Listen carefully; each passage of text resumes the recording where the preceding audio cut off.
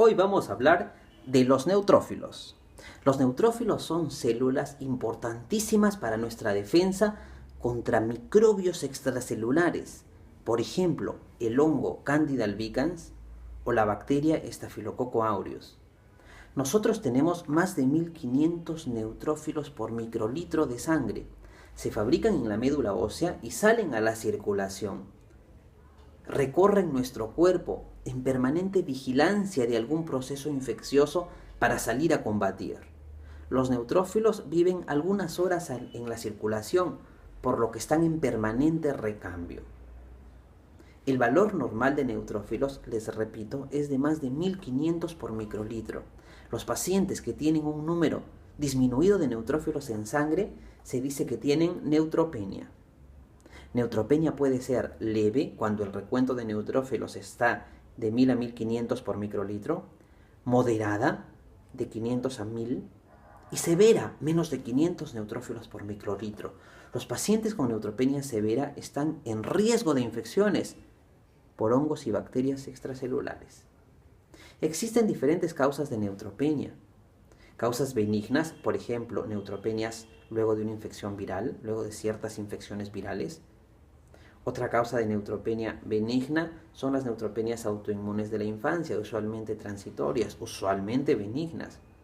Pero existen también causas de neutropenias severas, potencialmente fatales, por ejemplo las neutropenias genéticas.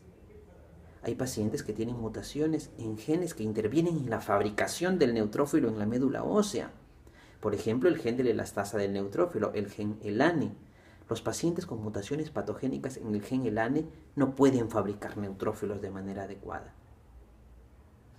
¿Cómo se hace el diagnóstico de neutropenia? Con un sencillo hemograma para ver el recuento de neutrófilos en sangre. Si uno quiere saber si el problema de la neutropenia es por una falla en la fabricación de neutrófilos en la médula ósea, el hematólogo hace un aspirado o biopsia de médula ósea para diferenciar de aquellos trastornos en la cual la neutropenia es por un aumento de destrucción periférica. Una vez hecho el diagnóstico de neutropenia y clasificarlo de acuerdo a su severidad, viene el tratamiento del paciente. En algunos casos es suficiente con observarlo. Por ejemplo, un paciente que tiene 1200 neutrófilos y no tiene antecedentes de infecciones severas. Habrá que observar su neutropenia, obviamente tratando de definir si hay una causa de fondo. Pero pacientes con neutrófilos de 0 o de 100 neutrófilos por microlitro o con algún antecedente de una infección severa por bacterias u hongos, hay que darle tratamiento. Existe una molécula llamada factor estimulante de colonias de neutrófilos. Se le pone al paciente por vía subcutánea para aumentar su producción de neutrófilos. ¿A quiénes se les da? A los pacientes con neutropenia severa que están en riesgo permanente de infección, en riesgo de infecciones severas. Sin embargo, existen un pequeño grupo de pacientes con neutropenias genéticas que no responden al factor estimulante de colonias. Y el tratamiento urgente es hacerle un trasplante de progenitores hematopoyéticos, porque si no el paciente se va a morir por infecciones. Miren qué interesante, existen pacientes que no tienen neutrófilos y nosotros, conociendo un poquito de estas células de los neutrófilos, podemos pensar, nuestro paciente quizás no tiene neutrófilos. ¿Por qué? Porque está haciendo infecciones severas, recurrentes, neumonías, infecciones en la piel, infecciones necróticas en la piel, gingivitis, periodontitis severa, onfalitis, infección en la zona del cordón umbilical. Simple, un hemograma para ver el número de neutrófilos. Si encontramos neutropenia, inmediatamente derivar al especialista, inmunólogo, hematólogo, para un mejor manejo del paciente. Por otro lado, hay pacientes que tienen enfermedades inflamatorias, en el cual hay un exceso de la actividad de la infiltración de neutrófilos. Un ejemplo típico, el asma neutrofílica. En el asma neutrofílica hay una inflamación de los bronquios que condiciona falta de aire, tos, silbido de pecho, por una infiltración inapropiada de neutrófilos en la mucosa bronquial.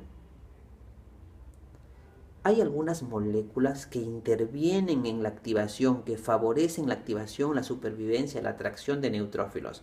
Por ejemplo, la interleucina 8. La interleucina 8 es una citocina que atrae neutrófilos. El leucotrieno B4 es otra proteína que atrae neutrófilos. Y muchas de esas citocinas son inducidas por una activación inapropiada del ejército de linfocitos TH17. Miren, aquí tenemos a nuestro linfocito TH17. El linfocito T helper 17 proviene de la diferenciación de un linfocito TCD4. Y el TH17 es bien importante para protegernos de infecciones por bacterias y hongos extracelulares. ¿Cuál es uno de sus mecanismos de defensa? Atrayendo neutrófilos. Miren, existe una relación entre la actividad de nuestros linfocitos T helper 17 con la atracción, supervivencia y función de neutrófilos.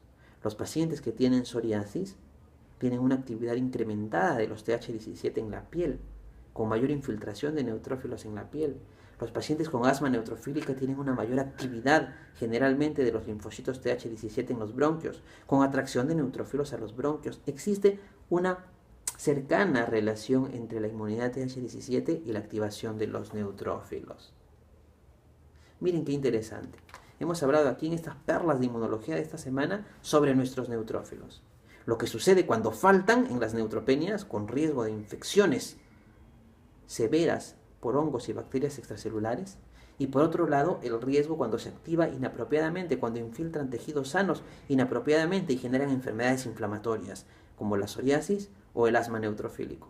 No se pierdan las perlas de la siguiente semana donde hablaremos de los macrófagos.